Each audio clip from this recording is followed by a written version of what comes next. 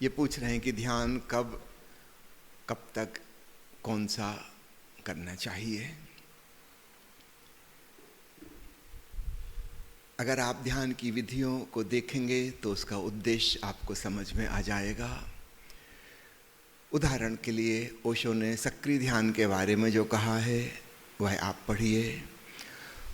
यह सफाई के लिए है, यह ध्यान की भूमिका है। तो भूमिका कितने दिन तैयार करेंगे? थोड़े दिन।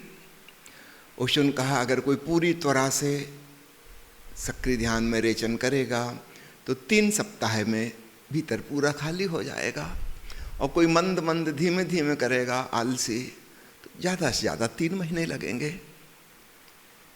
इससे ज़्यादा करने की कोई ज़रूरत नहीं है। तो अगर आप ओशो का साहित्य ठीक से पढ़ेंगे तो आपको स्पष्ट हर चीज़ के निर्देश मिल जाएंगे। कौन सी विधि किस उद्देश्य से बनाई गई है, कब तक उसका उपयोग करना है और कब उसे छोड़ देना है। जब आपको लगे कि भीतर अचेतन में कुछ दबा नहीं रह गया, भीतर से आप साफ सुथरे हो गए हैं, कोई दमन शेष नहीं बचा है, उस दिन रेचन करने की कोई ज़रूरत नहीं बची। ओशो ने कहा पहले दूसरी स्टेप छूटेगी, कुछ समय के पश्चात तीसरी स्टेप छूट जाएगी। बस पहली स्टेप में ही आप सांस लेंगे और 2-3 मिनट में ही आप साक्षी में पहुंच जाएंगे। बस उतना ही करना, और फिर वह समय भी आ जाएगा कि 2 मिनट के भी प्राणायाम की ज़रूरत नहीं पड़ी। जहाँ हमें ख्याल आया ध्यान और हम साक्षी में पहुंच गए, उसको भी छोड़ देना। तो हर चीज़ को करने की विधि कब करनी है, कब छोड़ देनी है। आपने पूछा विधियां कब करनी है। ओशो की किताब ध्यान विज्ञान पढ़िए, उसमें सारी विधियों का क्लासिफिकेशन किया गया है। सुबह के समय कौन सी है, सुबह के बाद दोपहर तक कौन सी की जा सकती है, आफ्टरनून में कौन सी है, शाम के लिए कौन सी है, रात को सोने के पहले कौन सी है, कभी रात में नींद खुल जाए तो कौन सी करनी है। वो खूब अच्छे से क्लासिफिकेशन किया गया है। यहाँ तो मैं समय नहीं है कि मैं विस्तार में जाऊँ। आप ध्यान विज्ञान किताब पढ़ लीजिए, उसमें आपको पूरी लिस्ट मिल जाएगी, समय के मुताबिक विधियों का विभाजन। तो बहुत सी विधियाँ रेचन वाली हैं, जैसे सक्रिय ध्यान, no mind meditation, mystic rose therapy, born again meditation, gibberish meditation, देववाणी ध्यान। ये सब एक कैटेगरी के हैं। इनका उद्देश्य है भीतर जो दबा पड़ा है उसको उलीच के बाहर कर दें ताकि हम खाली हो जाएं। तो इन सब का समय ओशो ने जो कहा है कम से कम 3 हफ्ता, ज़्यादा से ज़्यादा 3 महीना। उसके बाद इनकी आवश्यकता नहीं रह जानी चाहिए अगर आपने प्रामाणिक ढंग से विधि की है तो। फिर अपनी आयु का, बीमारी का भी हिसाब रखें। आज एक मित्र आए, उन्होंने अभी पूछा, मैं सेशन में आ रहा था उसके पहले, कि उनको हृदय का रोग है, 2 बार स्टेंट डल चुके हैं, उन्हें कौन सी विधि करनी चाहिए, कौन सी नहीं करनी चाहिए। थोड़ा सा कॉमन सेंस का प्रयोग करेंगे। जो जो चीज़ें हृदय पर जोर डालती हैं, जो हृदय आघात पैदा कर सकती हैं, वो नहीं करनी है। सिंपल सी बात है। अब आपको मंडल ध्यान की जॉगिंग नहीं करनी है, 15 मिनट जॉगिंग करेंगे तो हार्ट अटैक पक्का हो जाएगा, तीसरा स्टेंट डालने की नौबत ही नहीं आएगी। अगर आपको ऐसा है कि तीसरा स्टेंट नहीं डलवाना तो फिर ठीक है, कर लीजिए, वो आखिरी ध्यान होगा। डायनेमिक मेडिटेशन में तीसरा चरण है हु का, उछलने वाला। या तो मत कीजिए या समझदारी से कीजिए, बिना उछले कीजिए। असली बात है ना भी भीतर सिकुड़े, नीचे के 3 चक्र सिकुड़ें, मूलबंध की प्रक्रिया हो और हम हवा छोड़ें हु कहते हुए। आप बिना आवाज़ किए भी हवा छोड़ दीजिए, उछलने की ज़रूरत नहीं, उसके बिना भी काम चल जाएगा। असली बात थी मूलबंध, ऊर्जा ऊर्ध्वगामी हो, वो बिना उछले भी की जा सकती है। तो इन छोटी छोटी चीज़ों का ख्याल रखिए। अब किसी के घुटने खराब हो गए हैं, और वो उछलेंगे तो और खराब हो जाएंगे। आप अपने शरीर के शत्रु हैं कि मित्र हैं? ध्यान शांति पाने के लिए कर रहे हैं कि बीमारी पाने के लिए कर रहे हैं? थोड़ा सा बुद्धि का उपयोग करेंगे तो बात समझ में आ जाएगी। हाँ, कुछ विधियां हैं निष्क्रिय जागरूकता की विधि, जो 1953 से लेकर 1970 तक 17 वर्ष तक ओशो कराते रहे, जिसमें कुछ करना नहीं है, मात्र सजग और साक्षी और शांत होना है, ओंकार श्रवण करना है। 17 साल तक ओशो यह समझाते रहे। तो कोई भी कर सकता है, कभी भी कर सकता है। और एक बार यह पकड़ में आ गई, आपके बिना किए अपने आप ये होने लगेगी। आपको कुछ करने की जरूरत नहीं है। अनहद नाद श्रवण अपने आप होगा। विपस्सना ध्यान विधि है, सांस अपने आप चल ही रही है, आप नहीं चला रहे हैं, सिर्फ उसके प्रति होश साधना है। तो कोई भी बीमारी हो, सांस तो चल ही रही है, और सांस को होशपूर्वक देखें, ध्यान घटित हो जाएगा। इसमें कोई बंधन नहीं है। हाँ, कुछ इसमें भी कॉमन सेंस यूज करना पड़ेगा। रात को सोते सोते अगर आप गहरा होश साध लेंगे तो फिर रात को नींद नहीं आएगी। एक नई मुसीबत खड़ी हो गई, अनिद्रा की वजह से फिर आप दिन भर चिड़चिड़े रहेंगे, गुस्से में रहेंगे, परेशान रहेंगे, थके मांदे रहेंगे, क्योंकि नींद नहीं हुई। लेकिन ये तो आपकी गलती है। रात के समय विपस्सना करने की किसने कहा था? विपस्सना का समय सुबह से लेकर दोपहर तक का है, उसके बाद नहीं करना चाहिए। जैसे कोई पूछे कॉफी कब पीना चाहिए, रात समझो आप 10 बजे रात को सोते हैं तो कम से कम 6 घंटे पहले, शाम को 4 बजे आखिरी कॉफी का कप आप पी सकते हैं, उसके बाद मत पीजिए। उसका असर लगभग 6 घंटे रहेगा। 6 घंटे बाद उसका असर खत्म हो जाएगा, आप चैन की नींद सो सकेंगे। जो चीज जागने के लिए है उसका इस्तेमाल सुबह करें। जो चीज सोने में सहयोग पहुंचा सकती है उसका उपयोग रात में करें। भ्रामरी प्राणायाम करते हुए आप आराम से सो सकते हैं। कल ओशो ने जो ध्यान प्रयोग समझाया था वो रात को करने के लिए ही रिकमेंडेड है।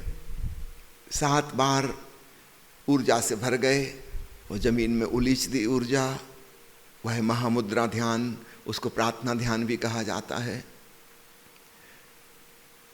उसको करके सो जाना है, वो सोने के लिए है।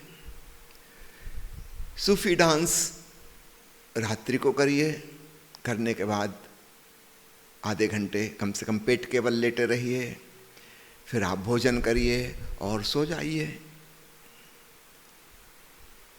गोल गोल घूमते घूमते चक्कर सा आने लगता है, खुमारी छा जाती है, नींद की तरफ वह सहयोगी हो जाता है। थोड़ा सा कॉमन सेंस का यूज करें। अब इन सज्जन को निकलना था, कैमरे के सामने से निकले। ये कॉमन सेंस पता नहीं क्यों कॉमन कहलाता है। It is very uncommon and very rare.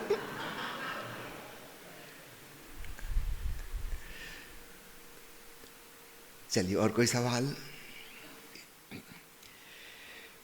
ये पूछ रहे हैं कि कुछ दिनों से बहुत भय लगता है, ऐसा लगता है कि प्राण निकल जाएंगे। भय का मामला बहुत गहरा मामला है और संक्षेप में बात नहीं हो सकती। उसके तो प्रयोग से ही गुजरना होगा। अभी यहाँ जबलपुर आने के पहले सोनीपत में जो शिविर चल रहा था वह भय मुक्ति ध्यान शिविर था। तो 6 दिनों में रोज 5 बार ओशो के प्रवचन सुने, भय से संबंधित। और भय भी एक चीज नहीं है, उसके बहुत से डिफरेंट एंगल्स हैं, अलग अलग आयाम हैं। सबका भय एक सा भय नहीं है, तो हमें पकड़ना होगा कौन सा भय हमारे लिए है, फिर उसका निदान ओशो ने क्या बताया है, उन प्रयोगों से गुजरना होगा। और इससे बाहर निकलने में समय लगता है। ये 2-4 दिन की बात नहीं है कि मैंने आपको फटाफट बता दिया, आपने अभी कर लिया और कुछ हो गया, ऐसा नहीं होगा। ये बहुत गहरे अचेतन मन में समाया हुआ है। उस अचेतन में उससे भी बड़ी लकीर खींचनी होगी। हिप्नोटिक ट्रांस स्टेट में जाकर, सम्मोहन की जो तंद्रा वाली अवस्था होती है, जहाँ हमारा अवचेतन मन काम करने लगता है, चेतन मन करीब करीब सो जाता है, वहाँ हमें सुझाव देने होंगे दो प्रकार के, साहस के और प्रेम के। भय दो चीज़ों का अभाव है, साहस की कमी और प्रेम की कमी। जिस व्यक्ति के अंदर साहस है, जिसके अंदर प्रेम है, वह भयभीत नहीं होता। प्रेम की छोटी सी झलक भी कहीं मिलती है हमें, किसी के संग साथ हम रिलैक्स हो जाते हैं, हमारे भय छूट जाते हैं, चलो थोड़ी देर के लिए सही। प्रेम की परिभाषा ही यह है कि जहाँ हमें भय ना लगे, जिसकी उपस्थिति में हम बिल्कुल रिलैक्स हो सकें, सहज हो सकें। तो दो तत्व हैं, एक प्रेम का तत्व और दूसरा है साहस का तत्व। ये दो हमारे भीतर जागें तो भय मिट सकता है। भय से हम सीधा नहीं लड़ सकते, भय अंधकार के समान है। जो कुछ करना है वो प्रकाश के संग करना होगा, और प्रकाश वाले दो तत्व हैं, प्रेम और साहस। बचपन से ही इन दो के खिलाफ हमें कंडीशन्ड किया गया है, बुरी तरह से हमें संस्कारित किया गया है। हमें डराया गया, धमकाया गया, भयभीत किया गया। माता पिता बच्चों पर नियंत्रण करने का अन्य कोई उपाय जानते ही नहीं। फिर वही काम शिक्षकों ने किया, फिर वही काम राज्य व्यवस्था और न्याय व्यवस्था करती है, वो पुलिस और कोर्ट कचहरी करते हैं, वही व्यवस्था धर्मगुरु करते हैं, सब प्रकार से डराते हैं। वो बहुत गहराई में बैठा हुआ है।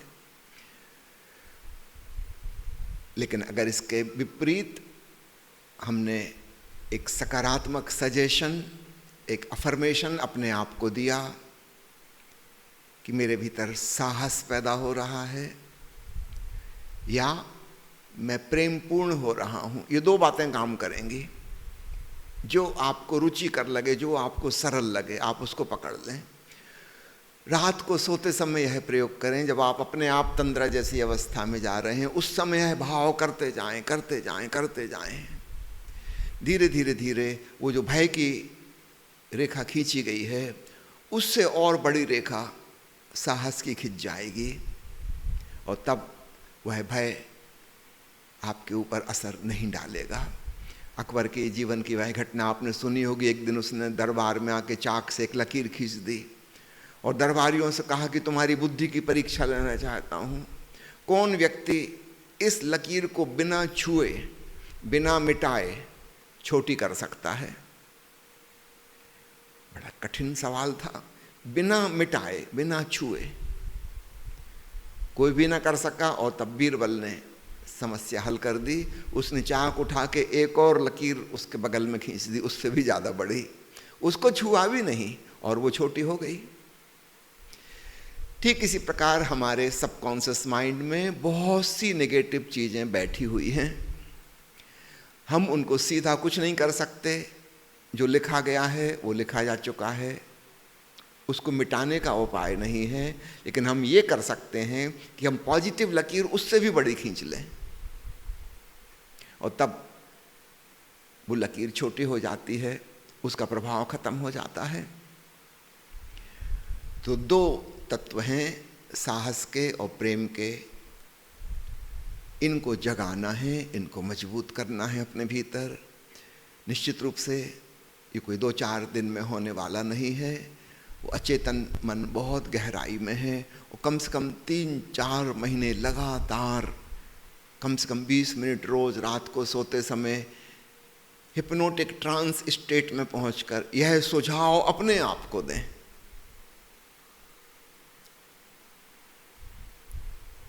तब जाके धीरे धीरे बात बन जाएगी। ये भय मुक्ति शिविर हम साल में एक बार करते हैं। आपसे निवेदन है, आप अगली बार जब यह शिविर हो उसमें आके भाग लीजिए, ताकि आप ओशो के 30 प्रवचन अंश अलग अलग एंगल से सुन सकें। और विशेषकर अंग्रेजी के वीडियो प्रवचन बहुत सारे हैं, जिसमें फियर के ऊपर ओशो ने बहुत प्रकाश डाला है। और उससे बाहर निकलने की विधियां बताई हैं।